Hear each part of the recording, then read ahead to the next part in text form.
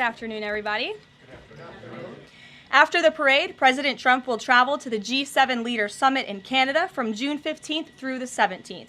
We will be sending additional logistics information out after the briefing.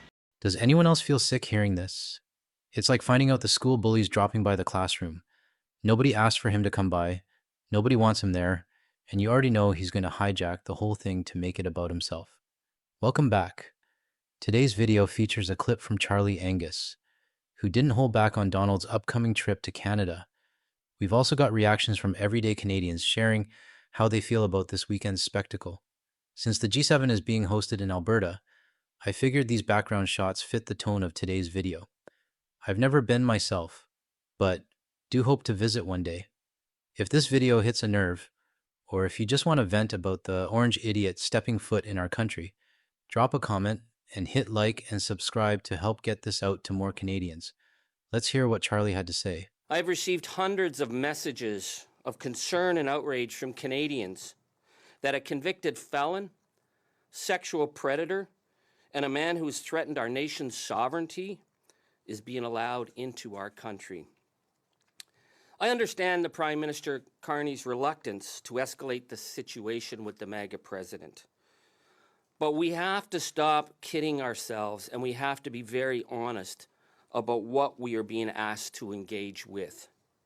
Donald Trump poses a clear threat to American democracy, to Canadian sovereignty, and to the international rule of law. Donald Trump, who is a convicted criminal, has been more than willing to aid and abet international war criminals. Vladimir Putin, like Benjamin Netanyahu, has bombed hospitals.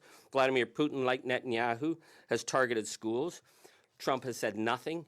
Charlie's absolutely right. Why the hell are we letting a felon with multiple convictions into the country? Sure, it's unrealistic to think he'll actually get denied at the border. But you've got to admit, it'd be funny as shit if he did. Donald has done more damage in under 6 months than most leaders do in a lifetime. He's destabilizing global relationships and dragging Canada-US relations back by generations. Let's take a look at an interview where Charlie dives deeper into exactly why this matters. Why wouldn't Donald Trump be in Kananaskis? The United States is no longer a democracy. This is an authoritarian regime. I think there's an incredible naivety about dealing with Donald Trump. And I'm not blaming anyone for it, but we're dealing with in completely uncharted territory. Donald Trump has made clear again and again that he doesn't believe in the international rule of law. He supported Vladimir Putin relentlessly while undermining the Europeans. He's threatened Canada. He says that we don't have a right to exist. So we're dealing with an autocrat who sees us as a inclusive, diverse, equity-promoting country as a threat. I'm not saying that Prime Minister Carney is going to block Donald Trump at the border. I think that would escalate things dramatically. But we need to start talking much more clearly about the threat to democracy that is happening in the United States, because it's a threat to Canada and it's a threat to the world at this point. Okay, you say we. Does that mean you expect those discussions to be had around the table between all the G7 leaders? Or are you talking about Canadians, while the world's attention is on Kananaskis, to be talking in one voice about this? What are you actually referring to there? Well, one of the things that's really struck me since Donald Trump became elected, I think ordinary Canadians have stepped up. I think we were sleepwalking. I think Canada was sleepwalking to a MAGA-like disaster prior to Trump's election. I couldn't agree more. Canadians, myself included, have been sleepwalking for decades, maybe even generations. We got comfortable, too dependent on the US, and we let that relationship define more than it should have. But I've woken up, and when my country's existence is threatened, there's no room for friendship with the neighbors down south. Not anymore. And I know I'm not the only one feeling this shift. If you feel the same, drop a comment below. I want to hear where you stand. But I talked to people from across Canada. The boycott has been an unprecedented powerhouse in terms of putting pressure on American states and putting pressure on supporters of Trump. I mean, $12 billion in vacation travel gone out the window. American wine sales to Canada down 90-some%. Canadians, I think, understand the threat. But what worries me is that we have this ability of sort of talking about Donald as though he's, oh, it's Donald, who he just says stuff. It's going to go, it's just him being him when he's been very clear in his attacks on democracy, his attacks on the European allies. What I would like to see is that the Prime Minister works with our European allies, and I'm not here to undermine the Prime Minister at this point. I think it's all hands on deck for Canada. I don't think our premiers are stepping up the way they should be. I think some of them are actively undermining us. But we as a nation really need to be thinking bigger than just saying, well, maybe the budget will have something for Alberta, and maybe the budget will have something here. We need to be looking at how does Canada reposition itself in a world of gangster regimes. Maybe some of that will happen at the G6, and I say G6 because Donald Trump will be coming, I think, as a disruptor. We have to start building those links with the other countries. There it is. Charlie said exactly what I was thinking, and I'm sure a lot of you feel the same. The biggest takeaway? We cannot afford to let our guard down. Not with Donald, and not with the 70 million people who still back him. Up next is a clip from former Prime Minister Jean Chrétien. And let's just say I share the same sentiment he has on the US. I want to start with this moment as the Prime Minister and world leaders are going to be gathering in Alberta for the G7. You've been there, you know these events. It feels like a really important time for Canada to be on a world stage in a new way.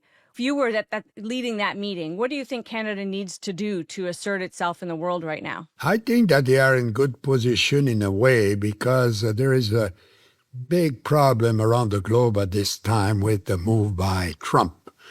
And he's disturbing a system that's been established year after year since the war.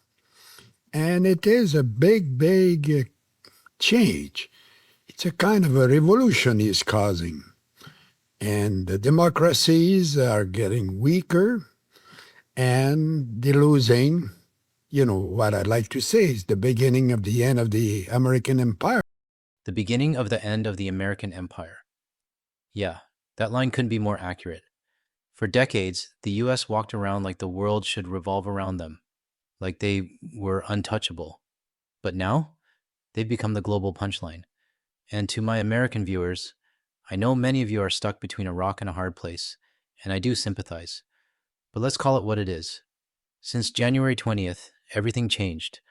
The world sees the US differently now, and it's not going back. Not for decades, maybe not for generations. To wrap things up, I want to share a few clips from everyday Canadians and what they think about Donald's visit to Canada. I have a feeling a lot of you will relate, and if you do, let me know in the comments. If you got something out of this video, hitting like and subscribe helps us reach more like-minded Canadians and allies around the world. Thanks for watching, and I'll see you in the next one. This message is for Prime Minister Mark Carney, my MP Jennifer McKelvey, and the rest of the Canadian government. I don't think you should let Donald Trump in next week for the G7 summit. I think you should rescind the invitation. On top of having 34 felony convictions, which would ban anybody else from entering Canada, and aside from the fact that he continues to disrespect us with 51st state rhetoric, the man is basically about to declare martial law in the US. He is turning the military on his own people. And just as I don't think we would welcome Putin or Kim Jong-un, I don't think that we should allow Donald Trump in Canada. I'm just one person, I'm just one vote, but it's my opinion, and I don't want him in Canada, and I think there's a lot of people who are with me, so just letting you know. Hey, you guys. So, the G7 summit is happening in Kananaskis. How about we just don't let him in? Why are we letting in a criminal who wants to annex us? I mean, he's kind of making threats against Canada. I say we hold him up at the border and we look through his phone and see if he supports Trump. And since he does, we don't let him in. How about we don't let him in? I mean, how much is this going to cost Canada in security and whatnot just because he's such an ass to the world? Let's not let him in. That's my idea. 2 cents, G7. What do you guys think? I hate that man. I see assholes like you every day. Every fucking day. Think you gonna get away with it? Not up in here! Not up in here! Oh,